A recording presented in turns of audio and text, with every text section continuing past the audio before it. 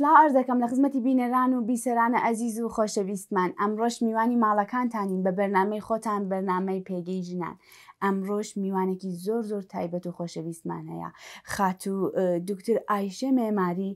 متخصصی جەراحی زەنان و زایمان. بەخێرهاتن خام دکتۆرگیان، سەر و سەر چاومان. منیش سڵاتان عەرز دەکەم، سڵاوە بینەرانی ئێوەش و زۆر سپاستان دەکەم ڕۆژان و گیان بۆ بەرنامە جوانەکەتان و کە منتان بانگێش کرد. زۆر سپاس کە قبولتان کرد کە تەشریف بهێنن. ئەمڕۆمان خۆشە کە ئێوە تەشریفتان هێناوە. خام دکتۆرگیان، لێوە دەست بکەین، تەمەنتان چەندێکە و لە دایک بووی کوێن؟ من لە دایک بووی بۆکانم تەمەنم 50 ساڵە، لە شارە جوانەکەی بۆکانیش بە دنیا هاتم و ئێستاش لە شاری سنە مرکزی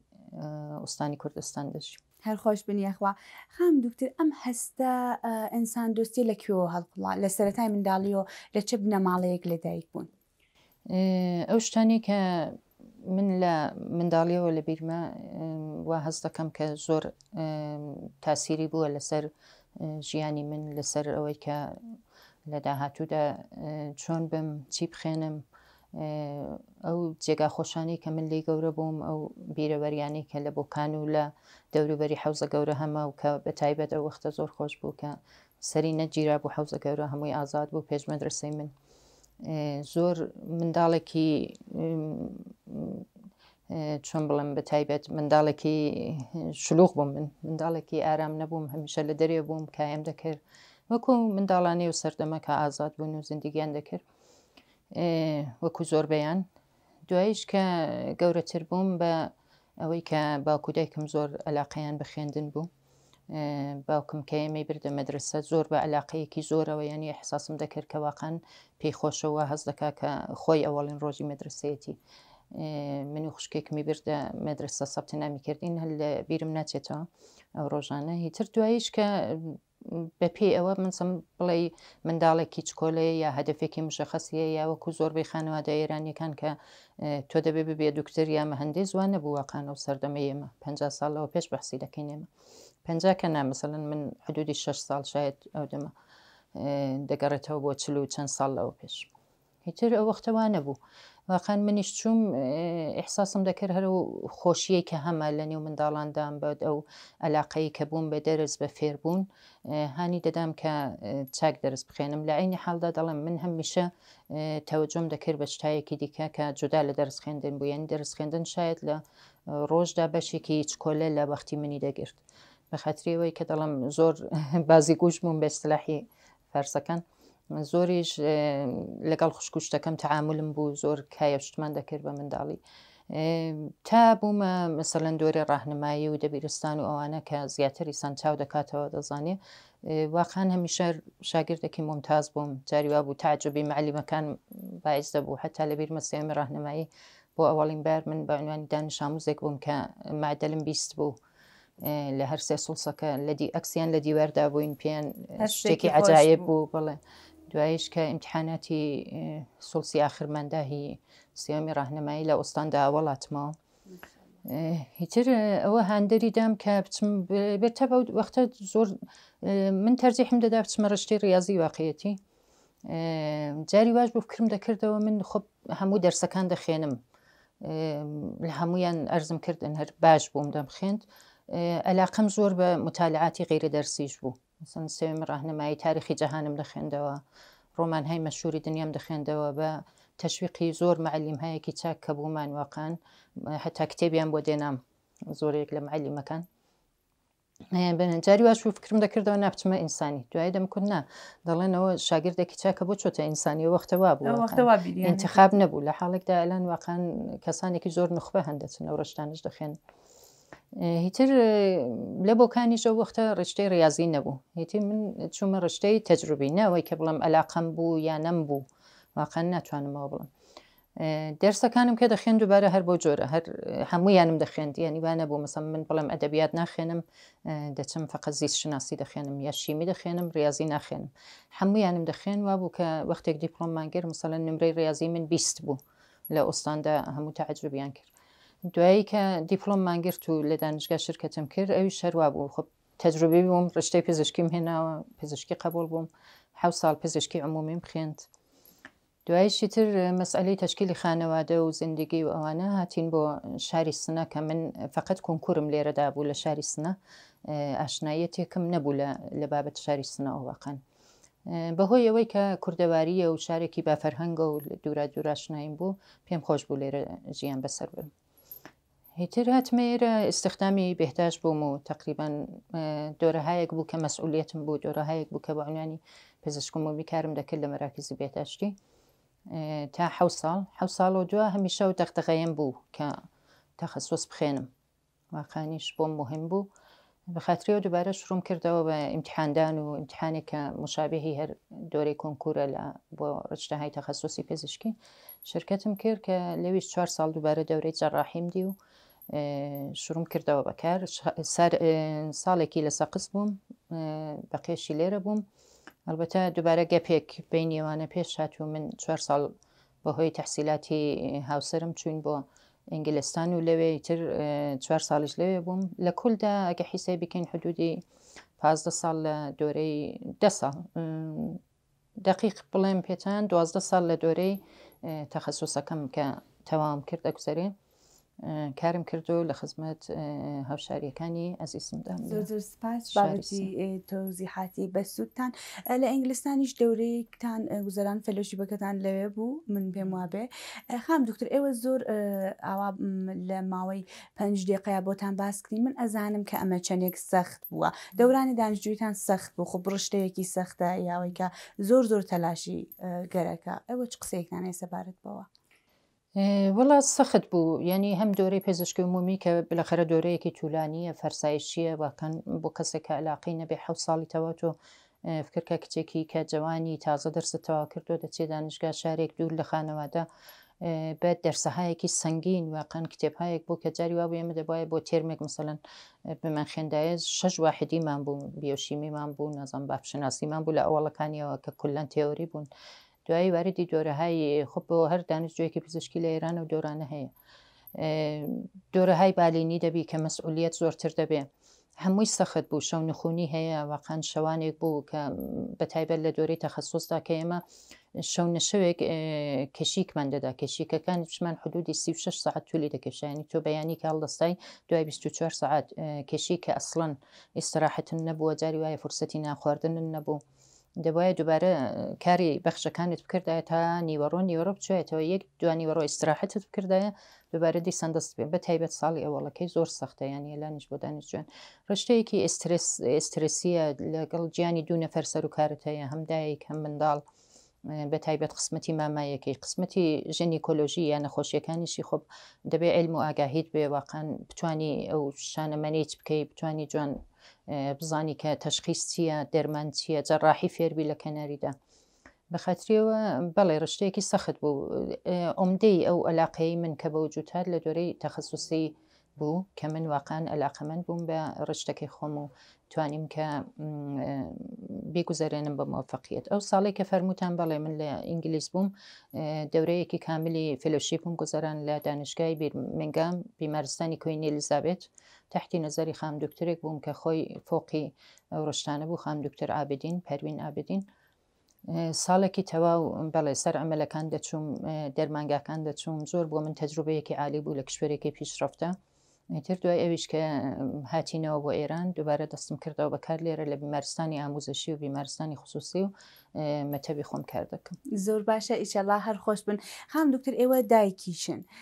ئەمە بپرسم کە ئایا نەخشی دایک بوون منافاتی نییە لەگەڵ شغڵەکەتانە منافات کە دەتوانێت ئیسان بۆ خۆی بەرنامە ڕێزی بۆ بکە وەلی سەختە واقعان ئێمە مەسەلەن خۆ ئەکسەری خانەوادەکان دەبینی کە دایکایەکن کە شاغلن یا کارەکانیان سەختە وەکو ئێمە منداڵی مەحدودیانەیە مەسەن یەک دوو منداڵیانەیە منش فقط کچێکم بەیە کە تا ئەوجێ توانی مۆسایم کردو واقعان لەگەڵی بم ئەو وەختانی کە خاڵیە بۆی دانێم وەلی واقعان سەختە مثلەن خۆ زەمان هەیەکەیە کە نیازی هەیە بە تۆ لە دەسترسانی یان نیوە شەو هەڵدەستی دەچی بۆ بیمارستان یا بە ڕۆژدا لە ماڵنی واقعان سەختە. ولی من سەیم کردو مثلەن لە ماڵی هەمیشە کارهەیە کە مربوطیە بە خانەوادە خۆم ئەنجامی دەم وەکو ئاشپەزی وەکو شتایەکی مربوط بە کچەکەم بێ مثلەن وەختایە کە بێ کۆدەی گوزارێنین وەختایەکم بۆ داناوە بۆ دەرسەکانی مثلەن ئەوانەی حتمەن لەگەڵی بم. زۆر جار ئەو شتانە تەجروباتی زندگی مەسەن بەیەکەوە قسە بکەین پیادەڕەوی کە دەکەین سەی دەکەم قسەهایەک بکەم کە زۆرتر بۆ ئەو هاندەری بێ کە ئەویش قسە بکە بە خاطریەوە سەختە واقعان ولی دەتوانی بە جۆرێک بەرنامەریزی بکەی یا کارەکەت کەم بکەیەوە یا بتوانانی زیاتر وەختدانی بۆ خانەوادە بوو. زۆر ڕاستە خام دکتۆر ڕشتەیەوە ڕشتەیەکە کە زۆرتر لەگەڵ ژنان سەر و کارتان هەیە ئێوە فکرکردنەوە کە گەورەترین مۆزەلی ژنانێکە دێن بۆ لای ئێوە بە تایبەت قشری ئاسیبریدە چییە؟ فکرکەم ئێوە زیاتر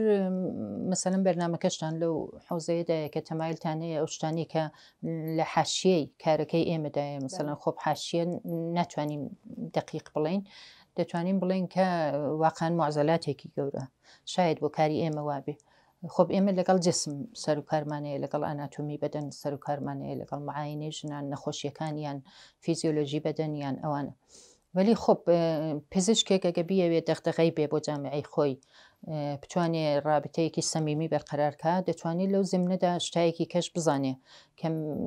نەخۆشێک کە تۆ دێ بۆ لای تۆ فقط وەکو جسمێک نییە کە دانیشتۆ لە بەرابەری تۆدای وەکو ئاناتۆمیەک نییە کە تۆ لە دانشگا خوێندوتە بنیادەمێکە کە بە ڕوح و ڕەوان و بە بەکگراوندێکی هەیە لە پشتی کە ئەوانە مەجموعی ئەو شتانە تشکیل دەدا کە دێ بۆ لای تۆ مەسەلەن چ شتایەک دەڵێ ئەو شتێکە لە دمی دێتە دەرێ خۆب شاید نەخۆشیێکی جسمی بێوەلی تۆ لە پەس زەمینەی ئەوەدا پەیدای بکەی کە ئەو نەفەرە چ مشکلاتێکی هەیە لە زەمینەی زندگی خانەوادەگیدا زەمینەیەوانە بە خاطری ئەو مشکلاتێک کە من زیاتر دەیبینم دەغدغەی ژنانی ئێمەیە یەک ئەو مستەقل نەبوونەیانە وابەستگییانە بە خانەوادە مخصوصن لە کوردەواریدا متاسفانە و شتە زۆرە زۆر جار ئیحساس دەکەم ئیمانیان بەخۆیان نییە ئێتماد بە نەفسیان کەمە خۆب ئەوانش دەگەڕێتەوە بە کەسانێک کە پسپۆرن لەو زەمینەیەوە خەن بەڕێسیکەن بە زۆر شتی دیکە مثلەن خۆب شاید منداڵەیەکی چاکیان نەبووە شاید مشکلاتێکیان بووە زوو بە تایبەت مێردیان کردو لە جامعی ئێمەدا بە تایبەت ئەو شتە زۆرە پایز دەبێت ئەو ڕشتە لازمە کە لازمەی ژنێکی مستەقل و بە توانایە نەیان بێ بە خاطریەوە زۆر مشکلیان دەگەڕێتەوە بە مەسایلی عەسەبی مەسایلی ڕەوانی خۆب ژن هەیە ئێمە کامل بەڕسی دەکەین لە هەموو نەزەرێکەوە ولی ئێشایەکی هەیە لە بەدەنیدا ئەسن منشەی جسمی بۆ پەیدا ناکەین خۆب دەگەڕێتەوە بۆ مەسایل بە خاطریەوە زۆرتری دەغدغەی من بە تایبەت وەختێک دەچمە مەتەبدا دەنیشم ڕۆژانە نەخۆش دەبینم لە دەرمانگاکانیان لەوێ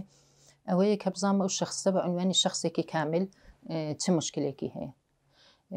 زۆر جار شتایەک دەبینم خۆم شتایەک پەیدا دەکەم کە واقعان سەرسوڕهێنەرە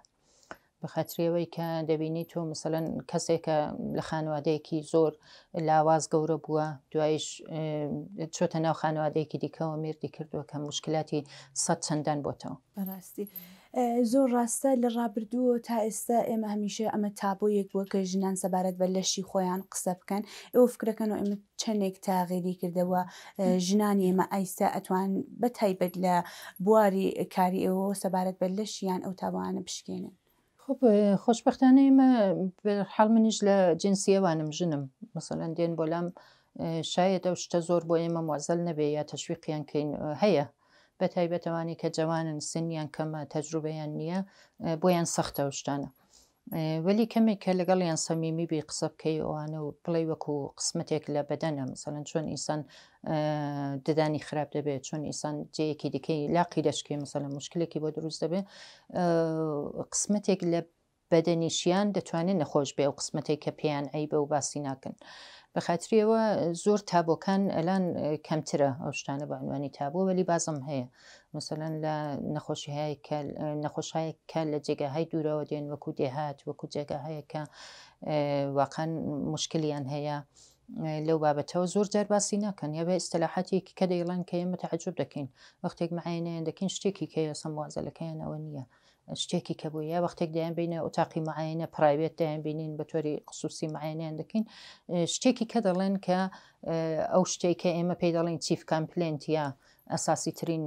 شکایەتی مەریض کە لە ئەوڵەوە دەیڵێ ئەوە نییە واقعانەوە نەبووە کە پێیان کچوین وەختێک دەچین خصوصی تر معاینیان دەکەینە وەختە ئاشکرا دەبێت مثلا من نەخۆشم بووە خانمێک بوو کە کوتی لە منداڵی تا معاینەم نەکرد نەمزانی کوتی لە منداڵی مەسەلەن ڕێیپ بووە تەجاوزی پێکراوە بە وسیلەی چێ مەسەلەن شۆهەر خاڵی خۆی لە حاڵێکدا مشکلەکەیەوە نەبوو هاتبوو بە عنوانی مەسەلەن من عفونەتێک دەرمان کەمێک کەتمشام کرد هیچ مشکلێکی نەبوو مشکلی جسمی نەبوو مشکلی ڕوحی بوو کە ئێستاش کە ئێزدواجی کردبوونی دەتوانی لەگەڵ شوەکەی ارتباتێکی سالم بەرقەرارکە بەخاترەوە واخان بەڵێ موازەلاتێکەیە کە باسی ناکەن یعنی پزیشکەکە دەبێت کەمێک بە خۆی هوشیار بێ زۆر شت بە تەعامل بە قسەکردن بە وەختدانان لەگەڵیان ئەو شتانە پێی بگا و بتوانێت چارەسەری بکە زۆر ڕاستە ئێوە بیرەکەن و ئەمە ڕیشە لە کوێیە بەدەلیەوەی کە فەرهەنگ سازی نەکرایە ئەوە ئەگەڕێتەوە بۆ خودی بنەماڵەکان یا جامعە وەڵا شتێکی کولیە بە قەولی ئەمە پزیشکەکان دەڵێن مۆلتی فاکتۆریالە مثلەن هەرە شتێکە جەنابەت ئیشارەت کە ڕۆژان و جیان دەتوانێت بگەڕێتەوە بە خانەوادە بە جامعە بە سەطحی سیستم ئاموزشمان جامعی کوردەواری تەواوی ئەو شتانە ئێمە هەرچی لە تەمەدون دوورتر بین لە مەرکەز دوورتر بین لەو ئاموزشانەی کە سەوات کەمتر بێ لە خانەوادە بلەخەرە ئەو شتانە خۆی نیشان دەدا لە جێیەکەوە ئەلانیش معزەلی ئێمە مثلەن لە قەرنی 21 ئەلانێمە هەین واقعان هیتر نابێ ئەو شتانە بێن کەسانی ئاگاهی و هەموو زۆرە سوسیال میدیا و هەموو زۆرە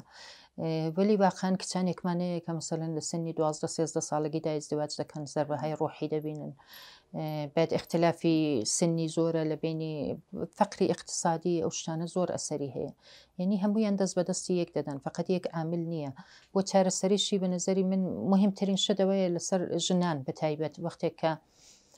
کەمێک ئاگاه بنەوە کەمێک لەسەر خۆیان کار بکەن زیاتر دەتوانن تەنها ڕێگا جاری وایە من هەز دەکەم بۆ کچانی ئێمە کە بتوانن لەو مشکلاتە نەجاتیان بێ یەکیان دەرس خوێندنە یعنی بۆ جامعهایەکی سنەتی جامعهایەکە دواکەوتون جامعهایە کە خانەوادە لاوازە بهترین ڕێگاوەیە یعنی کەسێک کە خۆی پیشرفت بدە دەرس بخێنێ پایگایەکی اقتصادی بێژنێک کە بتوانانی قدرەتی اقتصادی بێ واقعا زۆر مشکلی بۆ پێش نایە لە جامعەدا دەتوانانی خۆی حەلیکە زۆر ڕاستە دەستان خۆش بێ خام دکتر فکرەکەنەوە کە کودک هەمسەری نسبەت بە گوزەشتە ئایا زۆر بووە یاکەم بووە خۆ کاری ئێوە مستەقیم ارتباطی هەیە ئەو دایکانێکی دێن بۆلاتان ئایا دووچاری و مۆزەلە بوون کودک هەمسەرن بەڕاستی بەڵێ زۆرمان هەیە وڵا حاملێکیمان هەیە لە ژێر سنی 18 ساڵدا کودک هەمسەریمان هەیە ولی ئەگە مقایسەی بکەین لە نەزەر ئاماریەوە نازانم ئامارێک ئەلبەتە هەر خانمی عەزیزی بوو کە قبلا تازگی فکرکەم خەریکە ئێستا تحقیقێکی ئەنجامدا لە سەطحی شاری سنەدا لەو مەسەلەن جامعی ئاماری ئەگە بەڕستێکی ئاماری بکەی شاید دقیقتر بتوان جوابی ئەوە بدەنەوە ولی بە نەزەرم کەم بۆتەوە بلەخەرە چونە لەن ساوات گەیشتۆ بە سەطحی دێیەکان ئەوانە ولی بلەخەرە کریسایەک بە وجود دێ مەسەلەن لە مەقاتەیەکدا ئێمە خۆ بەزئەتی اقتصادیمان خراپ دەبێ دووبارە ئەو شتانە دەگەڕێتەوە کودک هەمسەری زۆر ئازار دەگەیەنێ بەژن هەم لە نظر جسمیەوە گەڕشتەی ئێمەیە و دەزانین و حاملێکی های زوو ڕست چه ئاسیپایەک دەگەیەنێ بە منداڵەکە بە دایکەکە هەم لە نظر ڕەوانیەوە خۆ ئێوە بۆ خۆشتان دەزانن کە ممکنە ژنێک بێ کە هیچ ئامادەگی نەبێ بۆ پەروەرشی منداڵ ئەوانە هەموو علمێنە لەن ئێزدواج علمە کە تۆ لەگەڵ چه ئێزدواج بکەیت بزانی لەگەڵی واقعاً تەناسوبت هەیە نیتە ئەو بۆ ئاگاهیە بکەیت کە لە ئایندەدا ئایا بەو عشقە ئەمیقە کە لازمە ژن و مرد پێی بگەن دەگەن یا ناگەن چۆن پەروەرشی بدەن زندگیەکەیان یا منداڵەکەیان چۆن پەروەرش بدەن واقعاً ئەوانە هەموو علمە ئەوانە شتایەک نییە کە ئێمە بڵێن مەسەڵەن وەک کچێک گەورە بوو لە نظر جسمیەوەی دەتوانێت ئەزدواج بکە ئەوانە زۆر زەربەی داوە لە جامعەی ئێمە متاسفانە دوایش کە دەبینین معزەلاتی کە بە وجود دێ خیانەت بە وجود دێ تەلاق دەبێ منداڵەکان ناوارە دەبن زۆر معزەل هەیە نەژمێنەوە لە زندگیەکدا کە ئەسڵەن هیچیان ڕازی نین هەری دامەی دەدەن بەداخۆ ئەو شتەمان هەیە. من خام دکتۆر شتێکە واقعان سرم سوورەمێنێ ئەوەیە کە جاران بنەماڵەکان زۆر جار بە زۆر ینی ئێزدواجهایی ئیجباریان تەحمیلە کرد بەر کچەکانیان و ئەمە جاران ئاوا بوو. ئێستا ئەبینین لە قەرنی 21 ژنان و کچانی ئێمە زۆر یەک لە بنەماڵەیەکی مەسەلەن تایبەتن و بنەماڵەیان باشە، سەتحی تەحسیلاتیان یا خوردوخوراکیان سەتحی اقتصادیان باشە، بەڵام ئەبین هەر کودک هەمسەریانی خۆیان بە مەیلی خۆیان ئەو کارەکەن. من بە کەڕات دیمە بە تایبەت لە دەها هەفتاد و هەشتادا ئەم شتە هەیە، من ئەمەم بەڕاستی بۆ حەل نابێ. بەڵێ اتفاقا منیش بیرم لێ کردوتەوە قسەکەتان کاملەن ڕاستە ڕۆژانوجێن. کەمێک شاید ئاگاهی ئاموزش کەمە، چاولێکردن زۆرە. مثلەن خۆب میدیا دەبینن، ئەو شتانە دەبینن. بالفەرز من لە کەسێکم کە لە ئەوروپا بووم زندگی ئەوێم دیوە، تایبەت کەسانێک کە ئیسان جامعەیە کە کۆنتترۆل بێ، ئاگاهی زۆر بێ، زۆر موعزەلی لێ ناکەوێتەوە. جامعەیە کە ئاموزش چاک بێ بە تایبەت ئەوانە. مثلەن تۆ لە ئەوروپا دەبینی ئێدەیە کە ئەو ناهەنجاریانە لە نوێیاندا زۆرە، وەکو ئێتیاد، وەکو ئێزدواج لە سنی پایین یا سێکس لە سنی پاییندا. ئەوانە کەسانێکن کە واقعان ئێدەیەکی کەم و قەلیلن لە جامعە، ئێدەیەکن کە واقعان ئینحرافاتیان هەیە، شاید ئینحرافاتی ڕەوانیان بێ، شاید واقعان مشکلێکیان بێ، ئەوانە بەڕەسی دەکرێن هەروانیە.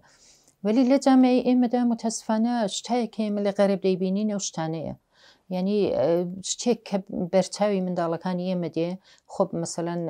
فلان سەلێبریتی لە ئەمریکا چی کرد، فلان کەس چی کرد، لە حاڵێکداوانە ئەنگۆ شومارن، جزئی خەڵکی عادی زندگی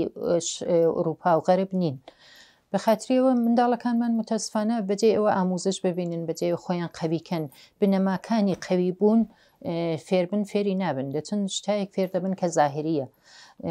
وەدەزانن هەرەوەیە مثلەن خۆب ئەگە زوو ئێزدواجیان کرد یا زوو ڕابطەیان بوو لەگەڵ کوڕێکدا کچێک مثلەن هدیەوە کلاسە بۆیان، یا زوو سیگاریان کێشا حتمنەوە پیشرفتیان کردووە لەو زەمینێدا. لە حاڵێکدا ئەوانە بنەماکان ناناسن. شاید خانەوادەکان نەقشی کەم ڕەنگە لێرەدا، ئەو سەمیمیەتە نیە لە بینی خانەوادەکاندا کە لە ئەوڵەوە چۆن منداڵەکەیان باربێنن. من هەمیشە مۆتەقید بەوە هەم مەحدودیەک تایەک دەبێ ببێ. مثلا منداڵ نابێ ڕۆژتایەوارێ واقعان لەگەڵ خانەوادەی نەبێ، لەگەڵ دایکی نەبێ، لەگەڵ باوکی نەبێ، ئەمەلی دەبێ شتانیان فێرکەین. تۆ ئەگە کتێب بخێنیەوە منداڵەکەت حتمما فێری کتێب خوێندنەوە دەبێ. تۆ ئەگە کارهایەکی چاک بکەی، مثلەن کارهایەکی خەیریە بکەی، منداڵەکەت خۆب دەتبینێ حتمما ئەو شتانە بۆی بەرجەستە دەبێتەوە. واقعان وایە منداڵ لە خانەوادە زۆر فێری زۆر شت دەبێت. منداڵێک کە ڕەها دەبێ بە خۆی و بە مۆبایلێکەوە یا بە سوۆسیال میدیاوە مەشغوڵ دەبێ، مسلمەن خۆ ئەلگوهایەکی نامناسب دەگرێت، ڕەفتارهایەکی نامناسب فێر دەبێ. ئێوە بە دروستی شارتان کرد، فقط مەسئلەی فەقر و ناگاهی نییە، لەن بەرئەکس بۆتەوە، یعنی ئاگاهی هایەکی کە ناپوختەیە لە جامعەی ئێمەدا ڕژاوە. بە نەزەری من دوو بەشی دەگەڕێتەوە. زۆر ڕاستە، منیش موافقم لەگەڵ قسەکانتان خام دکتۆری نازنین. فقط من یەک پرسیارترمەیە، ئێوە نظرتان سەبارەت بەم قاڵبانەکە بۆ ژنانی ئێمە تعریفەکرێ، ئەمەڵهای زیبایی ئەبینین، ئەمەڵهای زیبایی جنسیش ئەبینین، چ هەم لەسەر سوورە، نظرتان سەبارەت بەم قاڵبانە چیەکە بۆ ژنانی ئێمە تعریف کراوە؟ ئەوە قسمەتێکی شخصی ئەڵبەتە، قسمەتێکیشی واقعان خۆب علم پیشرفتی کردووەلەن. مثلا جراحی های زیبایی وەکو جراحی های دیکە کە بۆ سلامەت لازمن، بەعزێکیان لازمن. مثلا تۆ دەبینی نەفرێک بە دنیا دێ ناهەنجاری هەیەک لە شکلی سوورەتیدا هەیە یا لە دەستیدا هەیە یا مشکلاتێکی هەیە، بۆچی ئیستفادەی لێ نەکا؟ واقعان دەبێ ئیستفادەی لێ بکە لەوانە. ولی بۆ هەر مەواردێک من شخصا خۆم موافقی نیم. مثلا هەر خانمێک بە هەر بەهانەیەکەوە، ئێمە ئەسلێکمان هەیە لە جەڕاحی زیباییدا، حتا بۆ ڕشتەی خۆمان، بۆ ڕشتەی زەنان، کە دەبێت ڕەوانی ئەو شخصە بەڕسی کرێ. یعنی تۆ واقعان بزانی مثلەن ژنێک دێ بۆ لای ئێمە کە تەواوی مشکلاتی زەناشویی خۆی ڕەبط دەدا بە ئەوەی کە ئەو ئەمەلە ئەنجام بدا، هیدی کامل لەگەڵ شووەکەی رابطەی چاک دەبێتەوە. ئەلان رابطەیان شێواوە، ئەلان شووەکەی مثلەن خیانەتی پێدەکا، مشکلێکی هەیە، بەو کارە چاک دەبێ، واقعان وانە. یعنی دەبێ ڕیشەی بەررسی کرێ. مثلەن خۆ ڕەوابەتی ئەو ژن و پیاوە زۆر وەسیتر لەوەیە، شاید ژنەکە مشکلاتێکی ڕوحی ڕەوانی بێ، هەر جسمی نەبێ، شاید پیاوەکە. بەخەترەوە دروستترین کارەوەیە کە حتمما لەو نەزەرانەوە بەڕسییان کە من خۆم شخصن دقت دەکەم بە قسەکانیان، بە ئەوەی کە بۆچی دەیانەوێ لە مەواردێکدا ئێمە ئەنجامی دەدەین خۆمان، چون عوارزێک هەیە، هەتا خودی زایمان تەبیعی باعثی عوارزێک دەبێت لە سیستەمی ژناندا کە لازمە ئەو عملانە ئەنجام بێ. ولی خب موارد مثلا مشکلی فیزیولوژیان بۆ وجود دێنێ، فقط مشکلی زیبایی نییە. خب ئەوەی کە ئێفراد دەکرێت مەسەلەن هەزینەهایەکی گەزاف دەکرێت تۆ کچێکی مەسەلەن لە تاران دەبینی یا لێرە دەبینی کە واخەن شکلی ئەو شکڵە نییە کە لە عکسەکانی منداڵیدا بووە. خب گونەیەکی ئفراتگوونە یعنی گەورە دەبێت ئەمجارە دەگاتە جەیەکی کە جەیەکی کەشی ئەمەلکە هیتر ئەوە واقعان مشکلاتی عەسەبی ڕەوانیان هەیە و دەبێت واقعان بەڕێسیکردن. من موافقی ئەوە نیم ولی لە حدێکدا کە علم پیشرفتی کردو جەراحیانش پیشرفتی کردو لازمە حەزی پێ بکە لازم بێ ئەنجامیدا دەبێت ئەوەڵ ئەو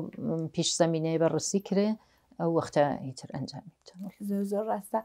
خام دوکتر ئێوە ئایسا سەبارەت بە کارەکەتان ئایا ڕۆحیشتان ئێرزا بێ یعنی وەختێکە بیمارێک تیمارەکەن یاوەی کە سرفەن فقط ڕسالەتێکە سرفەن فقط ڕسالەتێکە یا فقط بۆ دەرامەدا خب شاید زۆر کە زوای تمشا بکە. خب دەرامەتی پزیشکەکان خراپ نییە لە ئێران چاکە ئێمە بۆ جەڕاحی کە دەکەین خراپ نییە هەرچەند کە لە بەخشی دەوڵەتی کە ئەسڵن وەلی واقعان جودا لەوە نا هیچ کارێک تۆ ناتوانانی بیکەی کە ڕوحت ئێرزانە بێ ناتوانانی بە موفقیت ئەنجامی دەی دەتوانی بە زاهر ئەنجامی دەی زاهری زۆر خۆت چاک و موفق نیشان بدەیت وەلی واقعان فەرسایشی دەبێ یعنی تۆ کارێک کە علاقت نەبێ بە شوغلەکەت مثلا من دەچم لە مەریز دەبینم تەکتەکی ئەو مەریزانە ئەگە بە علاقەوە نیان بینم ئەگە بە یعنی شتە فکرکەم دوو بەشی زاتیە دوو بەشی ئاموزشیە دەگەڕێتەوە بۆ قەسەمنامی پزیشکی کە ئێمە خواردومانە زۆر شت هەیە کە خۆت بۆ خۆتی لە توولی زندگیدا ئیجاد دەکەی خۆ فەرق دەکات ژیانی ئینسانەکان من دەڵێم مەسەلەن لە جەیەکەوە گەورە بووم کە بۆکان بۆ من هەمیشە خاترە بووە خۆش بووە مەسەلەن ئیدەئالهایەکم بوو کە دوای کە بڵێ ئەمە بە نظری من بەڕاستی خۆشە خۆشە شارێکی بافەرهەنگە شارێکی بەرەحرە کوشان ئێستا شتۆ بچۆ جوانی بێکار کەم دەبینی لەو شارە مثلا هەمویان فعالن هەمویان سەی دەکەن حتا ئیمکانات نەبێ کارگاهایەکی چکۆلەدانێن کارهایەک بکەن کە شارەکەیان ڕوو بە پیشرفت بێ دوای مەسەلەن شارە گەورەکان وەکو سنە و کرماشان و لە کوردەواریدا عەرز دەکەم برمێ گەورەترین شارەی تر بۆ کوردستان دوای چەند شارە هەم لە نزەر جەمعیەتیەوە هەم لە نزەر ئیشتیغالزایی و فعالیەتوانەوە بەخاتریەوە دەگەڕێتەوە بە سەرچاوەکان یعنی زیاتر البته من ناڵم کارێکی شاقم کردووە لەن لەو شارەدا 15-16 متخەسیسەکەی لە من زۆر پێشکەسوەترن کاری عالیان کردووە ئوستادی منن زۆریان وەلی ئەوەی کە بەدڵەوە بیکەی کارەکە باعث دەبێت کە تۆ فەرسایشی نەبێ دەتوانی سەختیەکانیشی تەحملکەی بڵێ. خام دکتۆرگیان گەورەترین پاڵپشتی ژیانتان کێیە؟ ڕۆژان جوابی و سوالە خب دەکرێت سەتح بەندی بکەیت لە منداڵیەوە کە عەرزم کردن دایک و باوکم بوون واقعان بۆ من دوایش کە گەورە بووم و ئیدامەم داوە بۆ تەخەسوسوانن زیاتر ئەو شتانی کە خۆم بلەخەرە بەدەستمێنا بوو لە ژیاندا واقعان ئیحساس دەکەم هاندەرم بوو ئاگاهیایە کە بە یارمەتی معەلیمەکانم دۆرانی منداڵی کەسبم کرد بوو بۆ ژیانم زۆر هاندەرم بوو بەڵێ دەتوانم بڵێم خۆشم لەو نەقشێکی گەورەم بووە لەو شتەدا. زۆر ڕاستە جامان زیاتر بە عنوانی پزیشکی هاندرتانە بە عنوانی متخەسس یا مانع بۆتان؟ نا هاندەرمە چون واقعان ئیحساس دەکەم تەلاشم بۆ کردووە لەخەرە سەختە لە ئێراندا لەو شەرایەتی ئێراندا کۆنکور قبول بی دوایی بە عنوانی ژنێکی متاهل بچی دووبارە دووربی لە خانەوادە دەرس بخێنی ئەوانە باعث دەبێت کە ئەو پشتوانەیەت ببێ کە قەویترت کە کە سەختیەکانی ژیان بتوانێت بە عنوانی پشتوانەیەک تۆ هاندەر بێ بۆ تۆ. ڕاستە فکرەکەنەوە کە ژنی کورد ئێوە خۆتان چۆن پێناساکەن ئایا ئەو ژنە قارەمانە جەنگاوەرەیەکە هەر لە ڕابردوو باسی کرایە ئەو ژنە زەعیفەیە زۆر جارێمە بە لەفزی ئامیانە باسی لێ کرێ کامیەتی؟ نا ئەسڵەن من بەوە معتەقد نیم کە ژنی کورد زەعیفە ژنی کورد خۆ هەمیشە محافزی خانەوادە بووە مدیر بووە لە خانەوادەدا حتا لە کاری قەدیم کە تماشای بکەین کاری بە تایبەت کشاوەرزی شتە بووە ژن واقعان نەقشی ئەساسی بووە بۆ پیاوەکە هەڵبەتە ئەو دوانە هەر بەیەکەوە دەتوانن تەکمیلی ئەو شتە بکەن و خانەوادە بکەن ولی ئەو شتێکە لە تاریخدا ئێمە دەیخوێنینەوە زۆر جار دەبینین کە ژنانی کورد واقعان ئازادە بوون ژنانێک بوون کە زۆر شت بەری نەگرتوون ژنی نمونەمان زۆرە لە تاریخدا بۆ خۆتان چاکتر دایان ناسن لە عینی حاڵدا تەلاشایە کە کردویانە باوجودی ئەو هەموو شتەی مشکلاتە لەبەر چاویان لەبەردەمیان بووە وەلی توانیویانە بەوانەدا غاڵب بن خۆیان پیشرفت بدەن باوجودیەوەی کە فەرهەنگی جامعی ئێمە زۆر جار ڕێی لێگرتوون وەلی توانی وێنە بە خااتریەوە نامن ژنی کوور بە ژنێکی زعیف نبینم شاید ئەو تعبیرە بتوانین بۆ جۆرە بکەین کە مشکلات لە بەرابەری پیشرفتیدا زۆر بووە نه ئەوەی کە خۆی زعیف بێ خۆی هیچ وەخت زعیف نەبووە و دەشتوانێت نەبێ یعنی دەتوانێت خۆی پیشرفت بدە ڕاستە خشونەت ئەلەیهی ژنانی ئێمە دش بە ژنانی ئێمە لە ڕابردوو تا ئێستایەوە فکرەکەن و چ تاغیرێکی کردە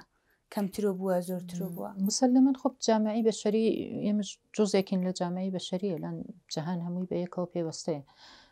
کەمتر بۆتەوە شتە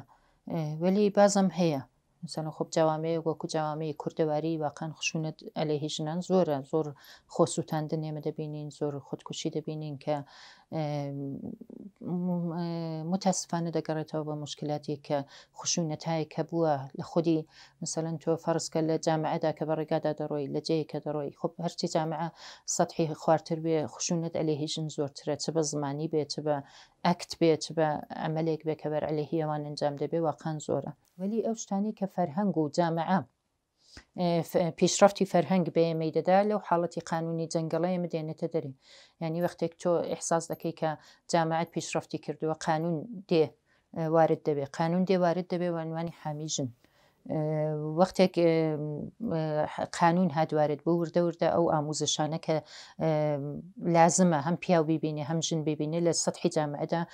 گۆستەرش پیدا دەکات دەرنەتیجە خۆت بەخۆت ئەو شتانە دروست دەبێت کە ژن جێگای خۆی بێ پیاو جێگای خۆی بێ هەردووکیان محتەرەم بن هەردووکیان بە شتایەک بێکە ڕوبەڕووبن کە واقعان ئوسولی ئەساسی ئینسانە من هەمیشە تەسەور دەکەم کە ئینسان لە ڕۆشتی خۆیدا دەگاتە جێگایە کە لە نەزەر تەکنۆلۆژی لە نەزەر فقط لە نەزەر تەکنۆلۆژیەوە نار لە نەزەر دانشی ڕووزەوە نار لە نەزەر ئەو شتانی کە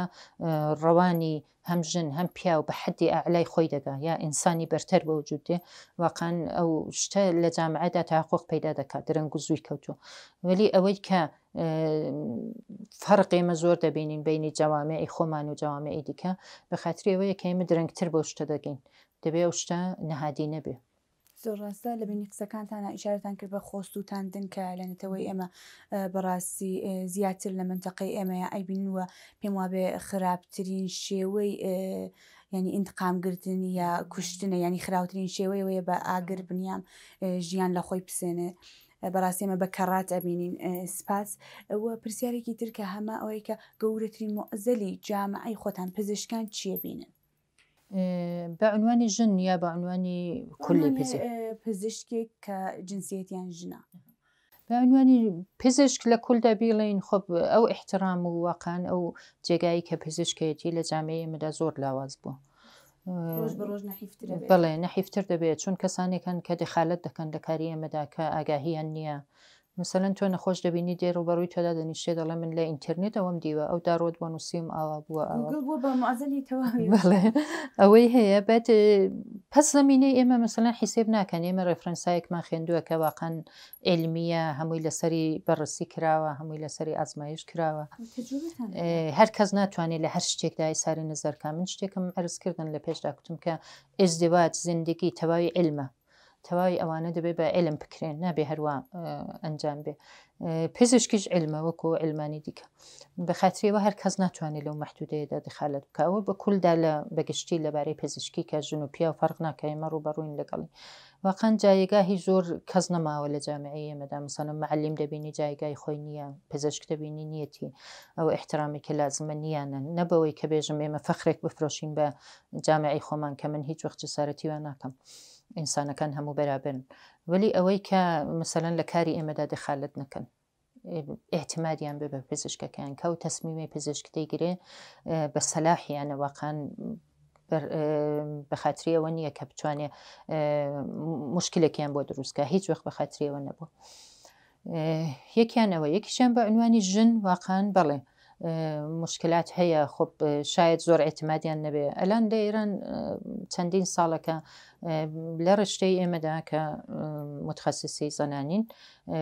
کولەن ژنان قبول دەکەن بە خااتریەوە ژنەکان نەخۆشایەکیش کە ارتباتمانەیە لەگەڵیان دوو بە شێر ژنن سند زۆر جار هەڵدەکەوێت پیاوەکە شوەکەی لەگەڵی دێ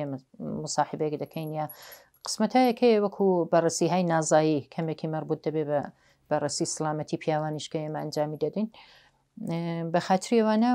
زیاتر ئێمە لەگەڵ ژن بەرخۆردمانەیە ئەوانی واقعان وانین ژن هایەکن کە احترام دادەنێن بۆ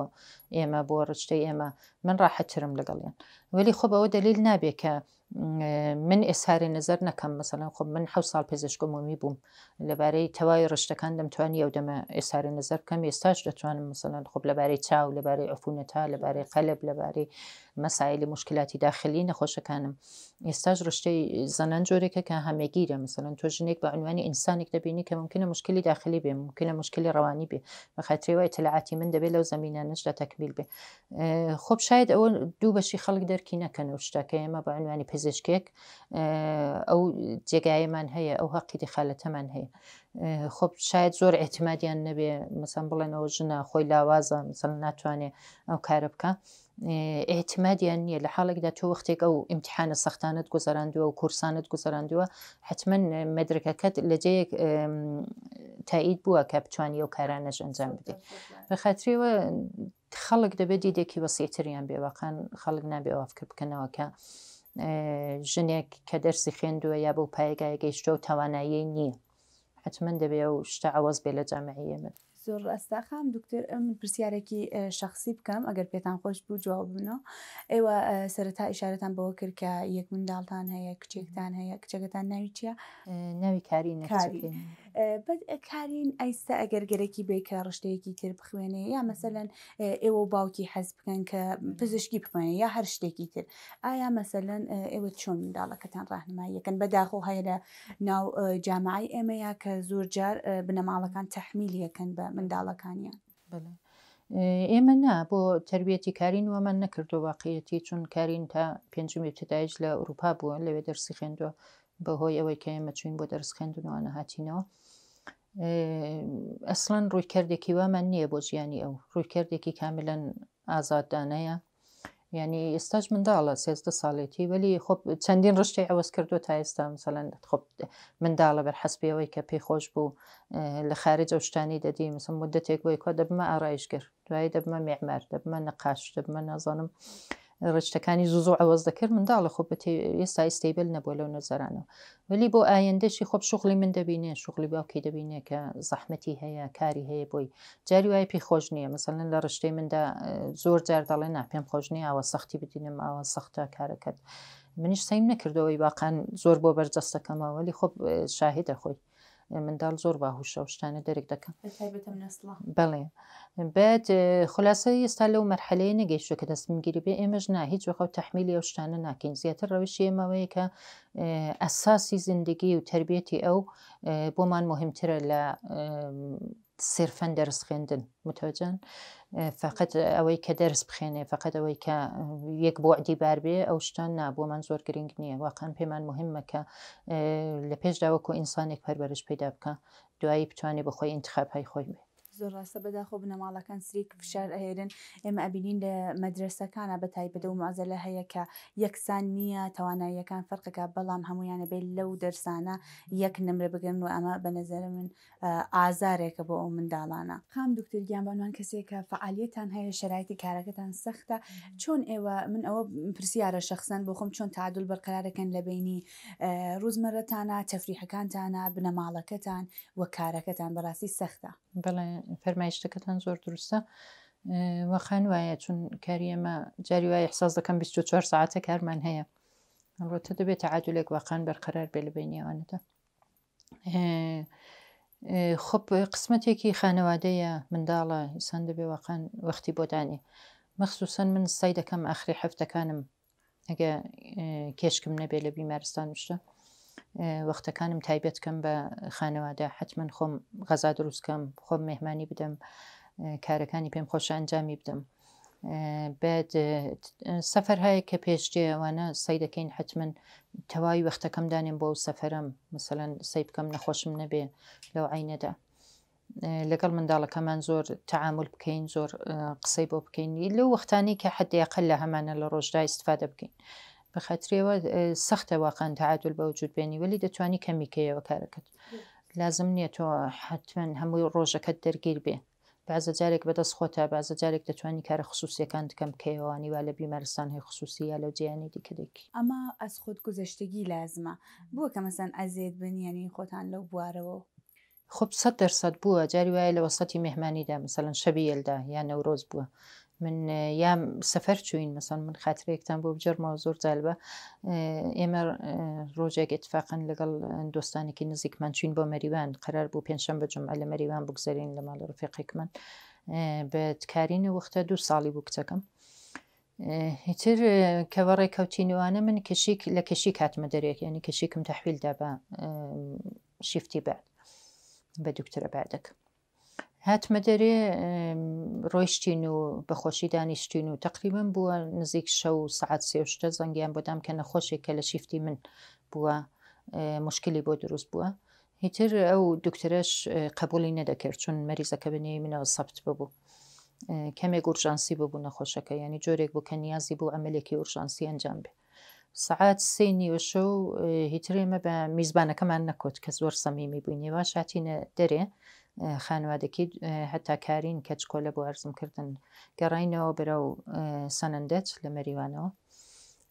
چوین سعات 6 بەیانی کە گەیشتمە سەنندەت ئەمەلەکەم ئورژانسی ئەنجامدا و هیتر مەریزەکە شکر بە سڵامەت باش بوو دوایی کە سعات 9 بوو ئیحساسم کرد مەسەلەن ئێمە دوا کەوتوین لەو ڕفیقانمان لە میهمانەکەمان بەجێهێشتووە لەوانشی ناخۆش دەکەین لەلاەن هەڵدەستن بلەخەرە هین دەبێ بۆیان سەخت دەبێکە ئێمە نابینن لەوێ بەڵێ دووبارە گەڕینەوە بۆ مەریوان ینی ئیحساسم کرد کە ئەو خۆشیەی کە ئەو سەفەرە خەریکم من تاڵی دەکەم من بە عنوانی کەسێک کە کارەکەم وایە ئورژانسی بووە لەو قسمەتەدا وەلی کە گەڕینەوە دووبارە خوب سەختە بۆ خانەوادە واقعاً زەحمەت بوو بۆمان گەڕینەوە بۆ ئەوێ دیم واقعاً ئەو خۆشیەی کە من ئەو کارێککە کردومە بۆ نەخۆشم زۆر ڕازی تری کردم ئەم جارە سەفەرەکەم زیاتر بەدڵ بوو دووبارەی دامی سەفەرەکەماندا خۆ ڕێگایەکی سەختە نەزانامەوە حتمما هەمووتان چون بۆ مەریوان بڵێ لە ڕێگای سنەوە بڵێ دقیقەن وایە وڵایدی مەسەلەن شتی وا پێش دێ لە وەسەتی میهمانی لە هین دەبێ و ئامادەگێت ببێ حتا بۆ ژیانی ئایندێت بتوانی بەرنامە ڕێزی بکەیت کە ئەو شتانە واقعاً پێش دێ لە کارەکەت ئێوە پێم وایە ئێرتباتێکی عاتفی باشتان بێ لەگەڵ نەخۆشەکانتانە چۆن بەم ئێرتباتە دەستان پیاکرد ئایا مەسەلەن لە بواری مەسەن ڕەوانشناسی و متالاتان کرد یان ئەم هەستن و دووستی هەر لە ناو خۆتانە وجودی وەڵام متالعات بەشێکی ئەحساس دەکەم لە دایکم گرتومە شتا چون دایکم شخصیتێکی وای بوو حیمایەتگەر بوو زۆر جار مثلا نێوانجی دەبوو بەڵێ بینی فامیل کەسانێک کە بوون واقعاً گلەییان لێی نەبوو واقعاً وەختێک کە فۆتی کرد هەموو بە چاکی یادیان دەکرد لە عینێ قوربانتان سڵامت من یەکی ئەوە یەکیشیەوەی کە ئیحساسم دەکرد مدیریەتیشی بوو هەمزەمان مەسەلەن بۆ ژیانی خۆی بۆ زۆر شت بە خاتریەوە من ئەڵبەتە کارێکی ئەو تۆ ناکەم مەسەڵەن بڵێم حتمما کارێکی شاقی جزوی کارەکەمانەوە قان دەبێسان لەگەڵ نەخۆشەکان حدێقل لەو لەحزەیەدا کە لەگەڵیان قسە دەکەی لەو ساعاتەدا کە هاتوون بۆ لای تۆ یەک شت هەیە لە ڕەوابەتی ئینسانیدا من هەمیشە پێی مۆتەقید بووم کە وەختێک لەگەڵ کەسێک بەرخۆردەکەی خۆت بنەیە جێگای ئەو کەسە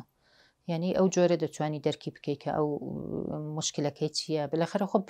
من زیندژیانی خۆم هەیە مشکلاتی خۆم هەیە دەچمەوە ماڵی خۆب شتایەک پێش دێ لە زیندگیمدا ممکنە زۆر ڕەبتی نەبێ بە کارەکەمەوە سەی دەکەمەوانە لەبیر بەرمەوە یعنی چوومەوە ماڵێ ئەحساس دەکەمیتی تەکتەکەم لەبیر چۆتەوە مەریزەکانم وەختێک کە ئێرتباتی نیە لەگەڵ زیندگیەکەم لەگەڵ کارەکەم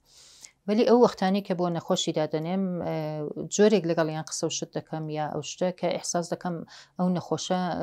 تەواوی بالاخره تۆ لە مۆزەیەکی بەرتەرەوە دەبینێ ئیحساس دەکا هاتووە بۆ لای کەسێک کە نیازی پێی هەیە پێم خۆش نییە ژنێک کە لە دێهاتێکی دوورەوە دێ بۆ لای من بە سەر شکستێکی بڕاتە دەرێ یا ئەو ئیحساسی عزەتی نەفسەی لێ بگرم کە من بە عنوانی دکتۆرێک چۆن لەگەڵی قسە بکەم کە ئەو ئیحساس بکە لە من بوچکترە ئەو هینەی نییە واقعانەوە لە زندگیمدا زۆر مهمە کە ئەو کەسە نەشکێنمەوە ئەو شتەی ببێ کە ڕاحەت قسە بکە لەگەڵ منە ئەوانە بۆ مهمە ینی سەر لۆ حەمە نازانم بالاخره لە چۆوە هاتووە دقیقەن ولی خۆب ڕەوشایەکی عرز دەکەم تربیەتی شاید ئەسەری بووە وەکو تاسیری دایکم بووە بڵ زۆر ڕاستە ینی شتە مەسم بە نظری منیش ڕەبتی بە ژنێتیک و تەواوی و جۆرەشتانە هەیە. خام دکتر ئێوە بە نظرتان ژنانی ئێمە ئایا بەو ئەندازەی کە ئەبێ فعالن یعنی فعالیەتیان هەیە یانە زۆر لاوازە فعالیەتیان؟ خب بەشێک لە جامعە دەبینین وەکو زۆرە ژنانی وایەوە دەیان نەسن و داوەتیان دەکەن بۆ بەرنامەکەتان واقعاً فعالیت زۆرە لەواندا ئەرزمکردن ولی بە دەرسەد حیسێبیکەین ناوانیە متەسفانە زۆر ژنی ئێمە بە شتایەکەوە مەشغوڵن کە شتایەکی ڕوزمەڕەیە شتایەکە کە جەزبی دەبن کە واقعاً لازم نییە لە ژیاندا لازم نییە بۆ پیشرەفتی ئینسان لازم نییە. من بەداخەوە وافکر دەکەمەوە کە زۆر ژنی خانەداریش خانەدار بن شکالی نییە ولی سەی بکەن بە مطالعە بە خۆیان پیشرفت بدەن کە بتوانن مراحلێکی ڕشتی تەکاملی ئینسانی و هەمیشە پێی معتەقدم کە ئینسان پێی دەگا ئەوانە لە خۆیاندا بە وجود بێن یعنی لازم نییە تۆ حتمما کارێکی شاخ بکەی حتمما ببیە نەفرێکە نیەوت دەربخا لە جامعەدا دەتوانی کارهەیەک بکەی کە هەر لەو جامعە چکۆلی خۆتدا بۆ تربیەتی منداڵەکانەدا و کارانە ئەنجام بدەیت. خام دکتری خۆشەویست ئێمە لە دەورانێکین کە خەریکین لە بینی سونەت و مۆدرنیتەیە ئەڕۆین چەندێک نزیک بوونێتەوە بە مۆدرنیتە چەندێک ئەحساسەکەنە و پوست ئەندازیە لە ئێمەیە شکڵی گرتە تا بەشێکی زۆر خۆشبەختانەوە دەتوانین بێژین تا بەشێکی زۆر پیشرفتی کردووە لە بینی مۆدرنیتە و سونەتە ولی کاری دەوێ بازم مسلمانیە بڵێ ئێمە 100% گەیشتوین بۆ شتانە مطالعەی دەوێت تەلاشی دەوێت لە بەتایبەت لە نێو ژنانی ئێمەدا خب مۆدرنیتە و سەنعەت و پیشرفت فەقەتەوە نییە ئێمە زاهرمان دروستکەین وەکو فەرمووتان کە مەسەلەن عەمەلهای زیبایی ئەنجام بدەین کارهایەکی زاهری ئەنجام بدەین بەرگ و لیباسمان ئەوەسکەین فقەتەوە نییە واقعاً شتایەکی دەرونیە ئینسان دەبێت بۆ شتە دەرونیانە بگات تا بتوانێت جامعەکەی دروستکە بەخاطرەوە شتای سونەتی خۆب سونەت دەتوانێت باشێکی باش بێ بەشێکی خراپ بێ لازم نیە ئێمە پێوەی بچەسپین حتمما شتایەکە قەدیم بووە ئەوانە هەر حفظکەین دەتوانن قابل تاغیرن تاغیریان بدەینەوەوانە لە چۆوە هاتوون بنیادم خۆی دروستی کردو بنیادم کە لە ئیبتدای تەکاملی بەشەریەوە هەموو شتێکی نەبووە واقعاً لەمە قاتەیەکدا مەسەلەن خۆ شتی پێ دروست بووە دروستی کردو مەسەلەن خانەوادە ئێزدواج ئەوانەی پێ دروست بووە ئەوانەی بە عنوانی قانون دروست کردو دروستە تەواوی ئەو قانونانەی کە بەشەر دروستی کردو وردە وردە شاید ئەوەز بن لە زێهنی ئێمەدا لە تربیەتی ئێمەدا لە تاثیرگوزاریمان بۆ